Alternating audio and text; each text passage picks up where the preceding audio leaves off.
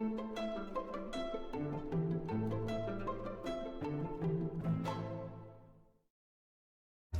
to OSM Fencing Beginner's Foil. I'll be your coach, Orion McNeil. This is the second lesson to our 4-part introduction to Beginner's Foil. Now, let's get started.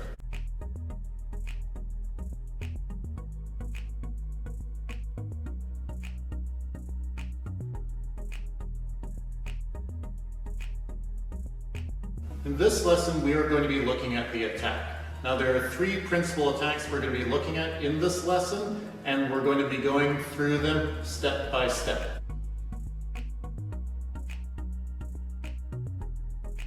Make sure you start in the on guard position with your foil facing forward at a slight angle upward. So you don't want it pointing straight ahead, you want it gradually climbing, so between your elbow and your shoulder. That should be the height that you're looking for. What I want you to do is step forward and step forward. Now, if you have a target in front of you, you're going to hit, you're going to extend your arm just a little bit, not all the way, and then you're returning back to on guard. Very simple. So when you hit the target, you're not fully extending your arm yet, you don't need to do that. Instead, what you're doing is you're just applying enough pressure so that the blade will bend a little bit. So it's very simple. Not too much to the threat. It's really just in the on guard position, keeping the point forward. So when you're using a target, make sure that you are hitting that target and just applying a little pressure when you're stepping in. This is the threat.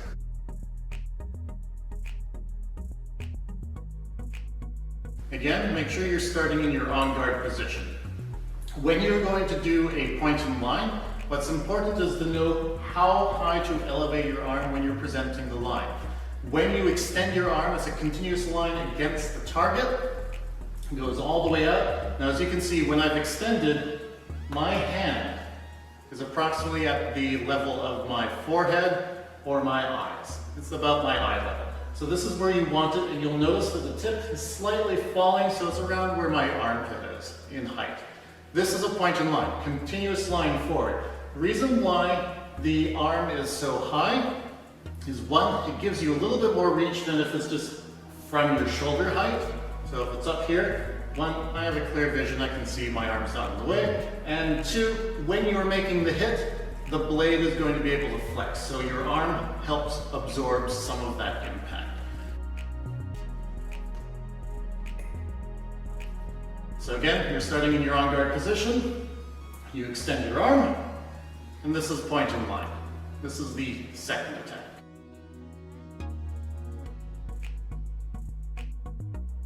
For your lunge, make sure you're standing in your on guard position. There are going to be 3 parts to our lunge. The first one is the extension of the arm, just like in point and line. The second one is going to be a combination of you pushing with your back foot and leg, while you're kicking forward with your front. Just like that. You'll notice that I'm stretching out. This is partly to reduce my target and help me reach a little further. And then 3, like an elastic band, you're going to snap back to your on guard position. Just like that. Now, there are a few things I want to point out with this lunge. When you are lunging, it's very important that you're hitting your target at the same time or just before your front foot lands. So when you lunge, you want to hit at the same time or just before your front foot lands.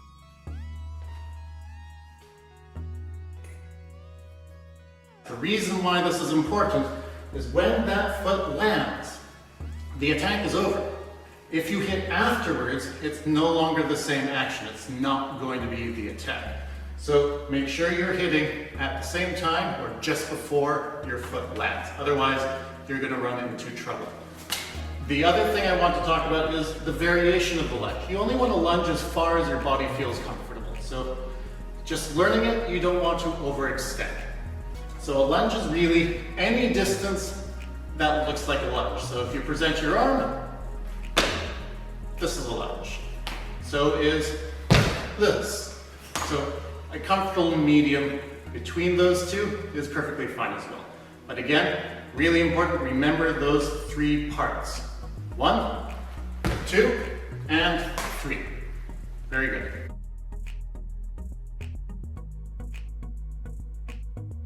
So just as we saw with our threat, in the on guard position, you can advance forward. However, in fencing, when we are looking at an attack, it's going to be a little bit more complicated than just an advance. You can walk forward, that's true. But when you are committing to an attack, it's called a march. And a march is the intention to make an attack. Whether it's a threat, whether it's a point in line, or whether it's a lunge. So if you're standing on guard, you would just march forward until you hit your target. At the same time, you can also include variations of the attack. You can include it with the point in line. So you establish line, and you can take that step forward. Again, though, remember, this is kind of like the lunge. Each time you step forward, if you haven't hit before your front foot is landed, your attack is over. It's going to be a new action. But you can continue to step forward as part of that attack. And again, we can do the exact same thing with our lunge. If your opponent is a little far away and you don't think you can hit them with a static lunge where you're in place, you can take a step.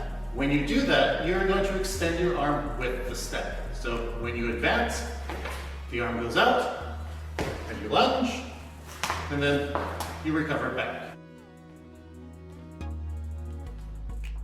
Again, with that advanced step, the arm goes out, lunge, and then you recover. Same thing though, the advance is not the attack in that place. The lunge is. So when you do this, your attack isn't over. Your opponent is actually preparing for that defensive game. They're expecting you to do a lunge, especially if they've stepped away. So you can add a lot of movement into this action.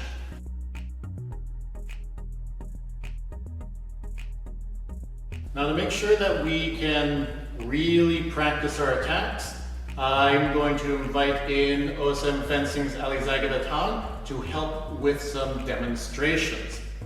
These demonstrations are going to be drills. So these are actions that you're going to be practicing over and over and over again until you feel comfortable with them. It's going to be doing demonstrations all the way from the threat, through the lunge, up to a march. So make sure that you are paying attention and following the demonstrations.